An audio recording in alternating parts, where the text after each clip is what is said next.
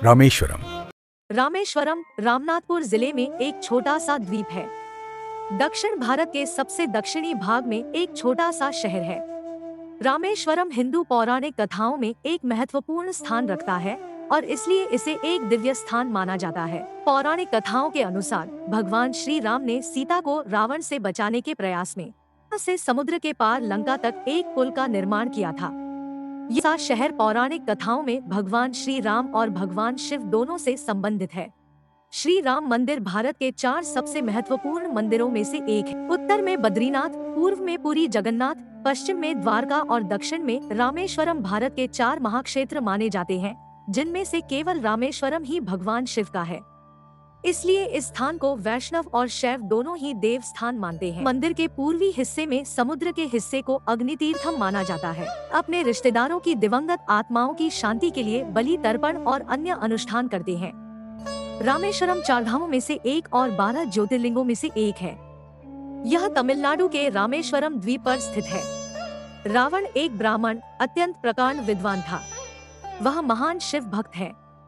उसे मारने में भगवान राम को 3 पाप लगे, एक ब्राह्मण की हत्या, एक महान विद्वान की हत्या और एक महान भक्त की हत्या।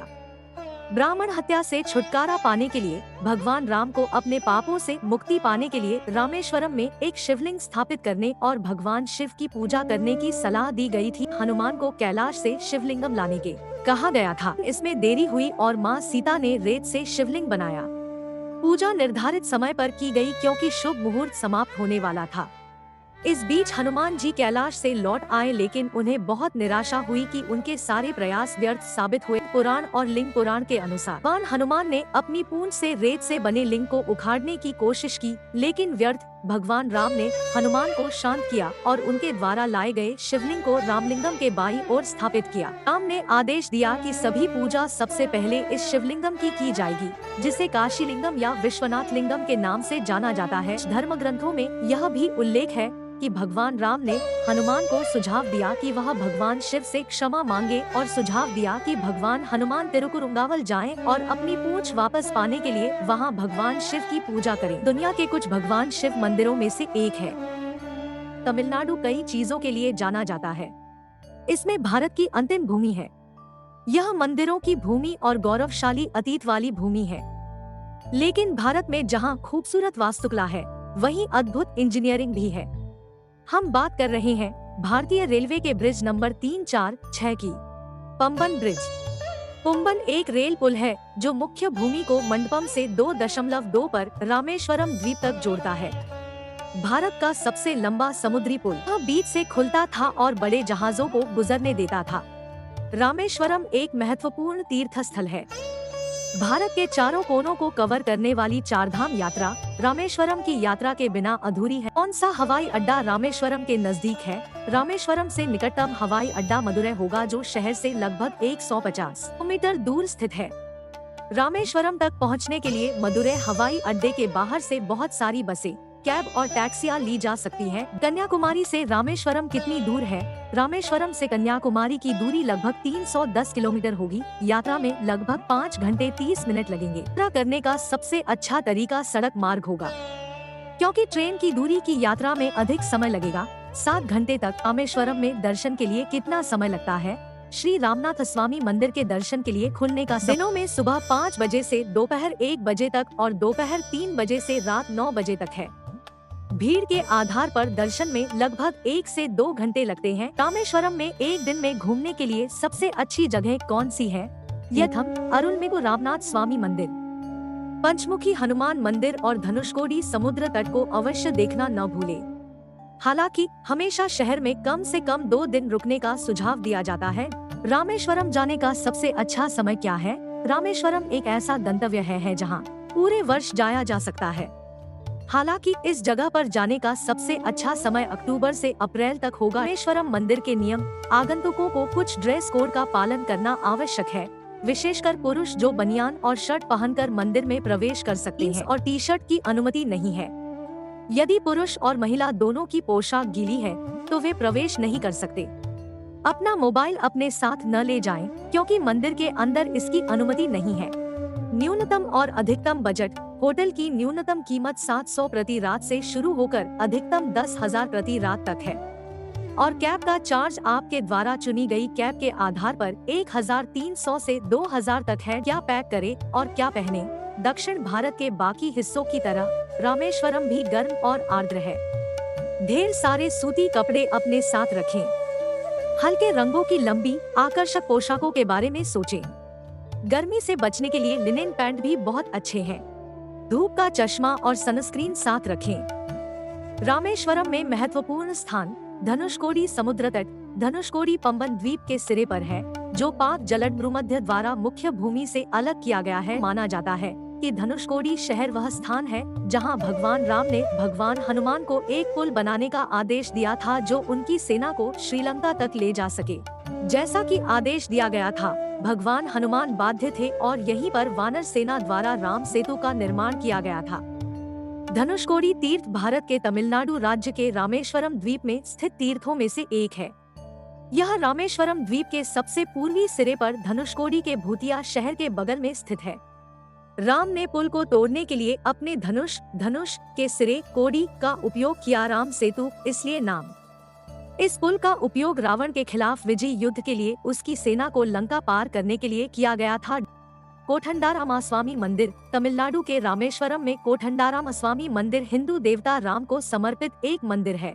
यह मंदिर वैष्णव परंपरा के 108 अभिमान क्षेत्रों में से एक है। रामेश्वरम से 13 किलोमीटर 8.1 मील की दूरी पर स्थित यह द्वीप का सबसे दक्षिणी छोर है। यह मंदिर 1964 के चक्रवात से बचने वाली एकमात्र ऐतिहासिक संरचना है जिसने धनुषकोडी को बहा दिया था। मंदिर में राम, लक्ष्मण, सीता, हनुमान और विभीषण की मूर्तियां हैं। मंदिर समुद्र से घिरा हुआ है और पर्यटकों के आकर्षण का केंद्र बना हुआ है। यह रामेश्वरम से आसानी से पहुंचा जा सकता है। ऐसा माना जाता है कि यह मंदिर वह स्थान है जहां रावण के छोटे भाई विभीषण ने राम और उनकी वानर सेना से शरण मांगी थी।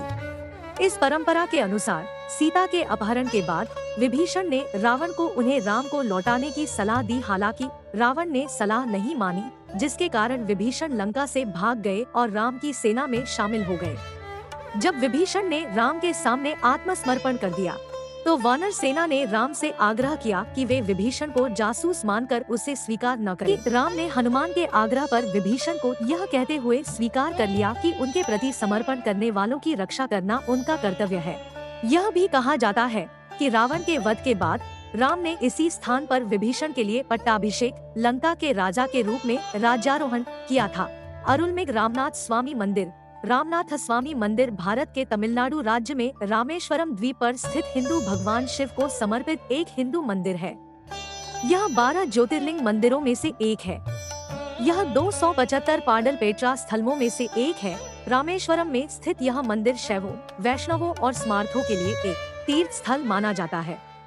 यह 4 धाम तीर्थ स्थलों में से एक है। हिंदू महाकाव्य रामायण के अनुसार भगवान विष्णु के 7वें अवतार राम ने श्रीलंका में राक्षस राजा रावण के खिलाफ युद्ध के दौरान किए गए किसी भी पाप से मुक्ति के लिए यहाँ शिव से प्रार्थना की थी। राम ने अपनी पत्नी सीता और अपने भाई लक्ष्मण के साथ रावण को मारते समय हुई ब्रह्महत्या के पाप का प्रायश्चित करने के लिए यहाँ लिंगम की स्थापना की। और पंबन पुल की खासियत क्या है? 2.2 किमी लंबाई वाला पुल जो रामेश्वरम द्वीप और मुख्य भूमि को जोड़ता है, किसी खाड़ी पर बना हुआ भारत का सबसे लंबा पुल है। इसे पंबन ब्रिज भी कहा जाता है। इसी प्रकार द्वीप को जोड़ने वाला रेलवे कैंची पुल समुद्र के माध्यम से जहाजों को पार करने के लिए अपने अद्वितीय उद्घाटन के लिए जाना जाता है। पंबन रेलवे ब्रिज पंबन द्वीप पर स्थित रामेश्वरम शहर को मुख्य भूमि भारत से जोड़ता है। गंधमादन पर्वत। रामेश्वरम गंधमादन पर्वत को रामफुट के नाम से भी जाना जाता है। यह रामेश्वरम का सबसे ऊंचा बिंदु है। यहाँ चक्र पर भगवान राम की छाप है और इस बिंदु का सबसे सुंदर हिस्सा यह है कि यहाँ से पूरा रामेश्वरम द्वीप दिखाई देता है। और यह रामनाथ स्वामी मंदिर के उत्तरी भाग में 3 किलोमीटर दूर स्थित है। यह भी माना जाता है कि जब सीता को रावण ने पकड़ लिया था, तब राम सीता की खोज में इसी स्थान पर खड़े थे। इस स्थान के अलावा गंधमादन पर्वत पर जाने वाले तीर्थयात्री रास्ते में सुक्रीवर मंदिर और साची हनुमान मंदिरों के भी दर्शन कर सकते हैं। भद्रकाली अम्मन मंदिर स्थान रामेश्वरम में स्थित भद्रकालियाम्मन मंदिर पूरे दक्षिण भारत के सबसे बड़े मंदिरों में से एक है, जो अपनी अनूठी वास्तुकला शैली के लिए प्रसिद्ध है। भद्रकाली एक संस्कृत शब्द है, जहां भद्रा का अर्थ कोमल है और काली का अर्थ समय या मृत्यु। भद्रकालियाम्मन मंदिर की प्रमुख देवता हिंदू देवी माँ काली है, जो देवी दुर्गा का एक रूप है। तमिलनाडु में माँ काली को समर्पित अपनी तरह का एकमात्र मंदिर होने के नाते इसमें माँ काली की एक मूर्ति है, जो सोने से बनी है। इसके अलावा मंदिर में एक अद्भुत मीनार भी है, जो सोने की धातु से खूबसूरती से जड़ी हुई है। दक्षिण भारत के इस सुप्रसिद्ध मंदिर के संरक्षण के लिए कई स्वयंसेवी संस्थाएं पहल कर रही हैं। चूँकि समय समय पर मंदिर का नवीनीकरण किया गया, इसलिए मंदिर में विभिन्न कालखंडों से संबंधित विभिन्न वास्तुकला शैलियों को देखा जा सकता है। मंदिर में देवी काली को आदि पराशक्ति के 10 महाविद्या रूपों में से एक के रूप में पूजा जाता है। डॉक्टर एपीजे अब्दुल कलाम स्मारक प्रारंभ में यह एक ऐसा स्थान था जहां उन्होंने अपना बचपन बिताया था। इस घर को 2011 में एक संग्रहालय में बदल दिया गया था। उनके बड़े भाई मोहम्मद मुथु मीरा लेबाई मराइकर द्वारा प्रबंधित यह संग्रहालय भारत के महानतम नेताओं में से एक पूर्व राष्ट्रपति एपीजे के जीवन की एक झलक प्रस्तुत करता है। कलाम उनके बचपन और उनकी विभिन्न उपलब्धियों पर एक अंतर्दृष्टि के अंदर दिवंगत राष्ट्रपति के बचपन और उनके जीवन के शुरुआती चरणों को दर्शाने वाली तस्वीरों की एक श्रृंखला देखी जा सकती है। संग्रहालय में पदक, पुरस्कार, उनके बचपन के दिनों की तस्वीरें और साथ ही उनके शोध कार्य भी है। ऐसी सामग्री भी पा सकता है जो रक्षा, विकास और अनुसंधान में उनके अत्यधिक मूल्यवान योगदान को प्रदर्शित करती है। कलाम हाउस के भूतल पर एक छोटी सी दुकान है, जहां से आगंतुक हस्तनिर्मित स्मृति चिन्ह और विभिन्न प्रकार की समुद्री सीपियां खरीद सकते हैं। घर की दूसरी मंजिल को आर्ट गैलरी में बदल दिया गया। संग्रहालय इमारत की पहली मंजिल पर स्थित है। एपीजे अब्दुल कलाम हाउस का समय और प्रवेश शुल्क। कलाम हाउस के खुलने का समय सप्ताह के दिनों में सुबह 8 बजे से शाम 7 बजे तक है। यह सप्ताहांत पर बंद रहता है। संग्रहालय में प्रवेश के लिए आगंतुकों से केवल 5 रुपए का शुल्क लिया जाता है। विलुंडी तीर्थम। जब सीता ने कहा कि उन्हें प्यास लगी है, तो राम ने समुद्र में तीर चलाया और वहां से एक झरना निकला, जिससे शुद्ध पानी निकला। शिवलिंगम का नाम त्र्यंबकेश्वर है और विलुंडी तीर्थम के पास एक शिव मंदिर है। विलुंडी का अनुवाद तीर द्वारा छेदा गया स्थान और तीर्थम का अर्थ पवित्र जल है। Adam bridge, Ram Setu. Adam bridge, जिसे राम ब्रिज या राम सेतु के नाम से भी जाना जाता है, भारत के तमिलनाडु के दक्षिण पूर्वी तट पर पमन द्वीप, जिसे रामेश्वरम द्वीप भी कहा जाता है, और उत्तर पश्चिमी तट पर मन्नार द्वीप के बीच प्राकृतिक चूना पत्थर की एक श्रृंखला है। पुल के कुछ क्षेत्र सूखे हैं और क्षेत्र में समुद्र की गहराई शायद ही कभी 1 मीटर 3 फीट से अधिक हो, जिससे नावों के लिए उस पर से गुजरना काफी मुश्किल हो जाता है। प्राचीन संस्कृत महाकाव्य रामायण 8वीं शताब्दी ईसा पूर्व 3री शताब्दी सी में भगवान राम द्वारा द्वीप लंका तक पहुंचने और अपनी पत्नी सीता को रावण से बचाने के लिए बनाए गए एक पुल का उल्लेख है। लोकप्रिय धारणा में लंका को वर्तमान श्रीलंका के बराबर माना जाता है और पुल को राम का सेतु के रूप में वर्णित किया गया है। 22 तीर्थम। 22 तीर्थमों में स्नान किए बिना रामेश्वरम की यात्रा अधूरी है। मंदिर के पास स्थित समुद्र पर अग्नि तीर्थम से शुरुआत करें। पौराणिक कथा के अनुसार भगवान राम ने समुद्र देवी से यहाँ शांत रहने का अनुरोध किया था, इसलिए यहाँ समुद्र असामान्य रूप से शांत है। प्रत्येक तालाब का इतिहास में एक विशेष महत्व है और भक्त प्रत्येक तालाब के साथ अलग अलग मान्यताएं जोड़ते हैं। यदि आप ऐसा करने की योजना बना रहे हैं, तो आपको पारंपरिक कपड़े पहनने होंगे और यह सुनिश्चित करना होगा कि आप सभी इलेक्ट्रॉनिक सामान वहीं छोड़ दें जहां आप रह रहे हैं। इसे सही क्रम में करने में मदद के लिए आपको किसी मार्गदर्शक की सेवाओं की आवश्यकता हो सकती है। महालक्ष्मी तीर्थम। सभी 22 कुओं में से पहला यह तीर्थम मंदिर के गलियारे के अंदर स्थित है। ऐसा माना जाता है कि इस कुएं के पानी से स्नान करने से आपको देवी महालक्ष्मी का आशीर्वाद और आप धनवान बन जाते हैं।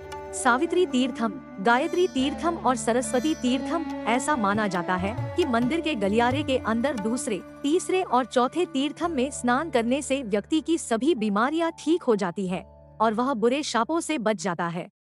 ऐसा कहा जाता है कि इन कुओं में स्नान करने से राजा काशीबर को उनके सभी शापों से मुक्ति मिल गई थी। सेतु माधव तीर्थम। यह 5वां तीर्थम एक पवित्र तालाब है जो मंदिर के तीसरे गलियारे में स्थित है। खूबसूरत लिली से आच्छादित आप देवी लक्ष्मी का आशीर्वाद पाने के लिए यहाँ स्नान कर सकते हैं। गंधमादन तीर्थम मंदिर गलियारे के अंदर छठा तीर्थम सेतुमाधव पेरुमल मंदिर के करीब स्थित है।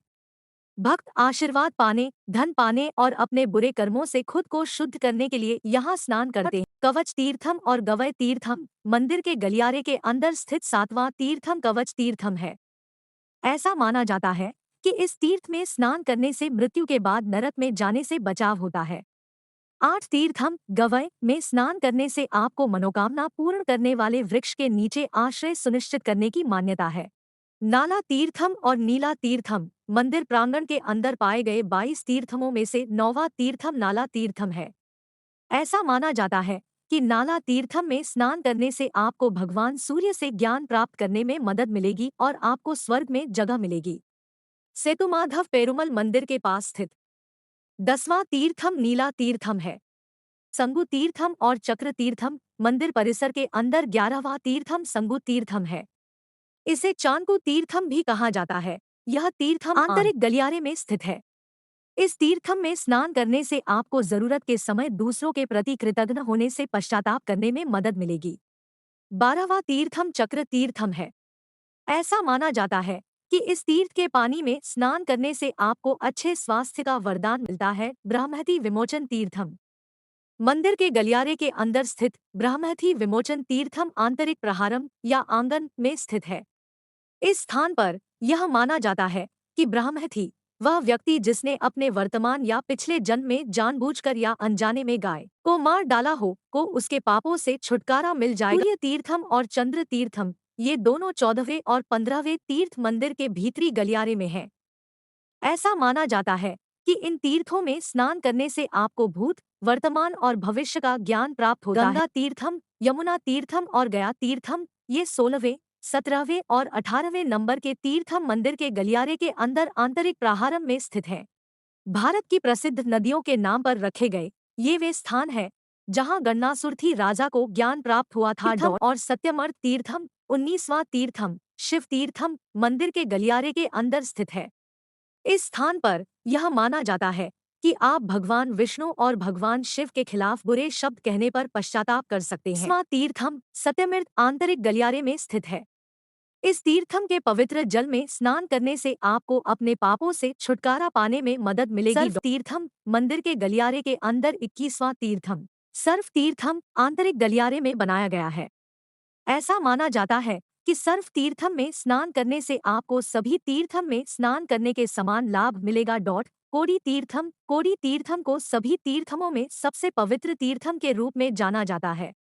मंदिर के गलियारे के अंदर 22 तीर्थमों में से अंतिम यह ऐतिहासिक तीर्थम भगवान कृष्ण को उनके दुष्ट चाचा राजा कंस की हत्या के पाप से मुक्त करने के लिए माना जाता था। लक्ष्मण तीर्थम यहाँ के पवित्र तीर्थों में से एक है। रामेश्वरम और इसके आसपास लगभग 64 पवित्र तीर्थ हैं, जिनमें से 22 श्री रामनाथस्वामी मंदिर के परिसर में स्थित है। लक्ष्मण तीर्थम रामेश्वरम मंदिर से केवल 1 किलोमीटर दूर स्थित है और इसके आसपास कई लोकप्रिय अन्य मंदिर भी स्थित है। यह राम तीर्थम, सीता तीर्थम और पंचमुखी हनुमान मंदिर के करीब है। तीर्थम भगवान लक्ष्मण को समर्पित मंदिर के किनारे स्थित है। यह मंदिर, जो वास्तुकला की द्रविड़ शैली में बनाया गया है, में नक्काशीदार स्तंभों के साथ एक आकर्षक संरचना है जो देवताओं की मूर्तियों और रामायण के उदाहरणों को दर्शाती है। मंदिर में भगवान राम, भगवान लक्ष्मण और देवी सीता की मूर्तियां खुदी हुई है। यहाँ भगवान लक्ष्मण की संगमरमर की मूर्तियां भी हैं। मंदिर के अंदर की नक्काशी देवी सीता और भगवान राम के प्रति भगवान लक्ष्मण की अपार भक्ति को दर्शाती है। किनारे स्थित लक्ष्मण तीर्थम तक मंडपम के माध्यम से पहुंचा जा सकता है। तालाब के मध्य में एक मंडप है जो चारों ओर से पानी से घिरा हुआ है। मंडपम से सीढ़ियों के माध्यम से पवित्र जल के स्रोत तक पहुंचा जा सकता है। पौराणिक कथा के अनुसार भगवान लक्ष्मण ने इस स्थान पर एक दम स्थापित किया था और भगवान शिव की पूजा की थी। पंचमुखी हनुमान मंदिर श्री रामनाथस्वामी मंदिर से 2 किलोमीटर की दूरी पर स्थित है। यह मंदिर भगवान हनुमान को समर्पित है। ऐसा कहा जाता है कि भगवान ने यहाँ अपने 5 चेहरे प्रकट किए थे, इसलिए हनुमान की मूर्ति को 5 चेहरों के साथ चित्रित किया गया है, जो बीच में भगवान हनुमान के हैं और किनारों पर भगवान नरसिम्हा, भगवान आदिवरा, भगवान गरुड़ और भगवान हयग्रीव के चेहरे हैं। पंचमुखी हनुमान मंदिर में तैरते पत्थर। इस मंदिर का एक अन्य प्रमुख आकर्षण तैरते हुए पत्थर हैं, जिन्हें भक्तों के देखने के लिए मंदिर में रखा गया है। इन तैरते पत्थरों का उपयोग रामेश्वरम से लंका तक सेतु बंधनम नामक तैरते पुल के निर्माण के लिए किया गया था, ताकि भगवान राम, लक्ष्मण अन्य लोगों के साथ देवी सीता को बचाने के लिए लंका जा सके और राक्षस रावण की क्रूरताओं को समाप्त कर सके। परिवहन सेवाएं। हम ट्रेन, बस, सरकारी या निजी वाहनों के माध्यम से रामेश्वरम पहुंच सकते हैं। परिवहन के लिए सिटी बसें, पर्यटक टैक्सी, ऑटो रिक्शा और घोड़ा गाड़ियां उपलब्ध है। मदुरै अंतर्राष्ट्रीय हवाई अड्डा। निकटतम हवाई अड्डा मदुरै में स्थित है। रामेश्वरम से 174 किमी